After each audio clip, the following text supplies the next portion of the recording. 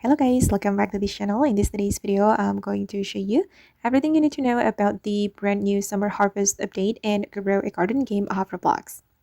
Okay, let's get into it guys. Every hour, the tidal weather event begins, causing water to flood parts of the map.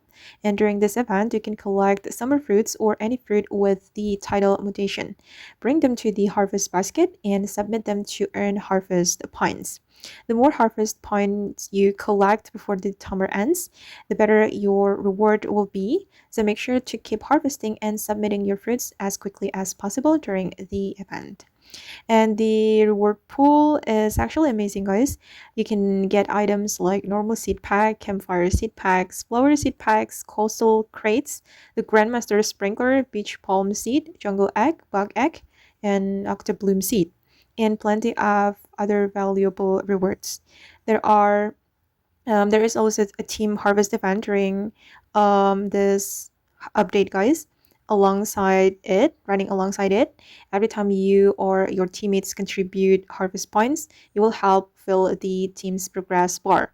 Complete the daily goals for day 6 out of 7 days to unlock the exclusive Lily seed.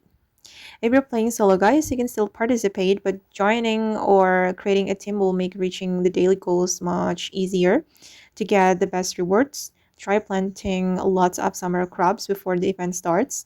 During the tidal weather, harvest every summer fruit you can find. Prioritize fruits with the tidal mutation and keep submitting them until the timer runs out. Okay, guys, that's everything you need to know about the new summer harvest update in Grow a Garden.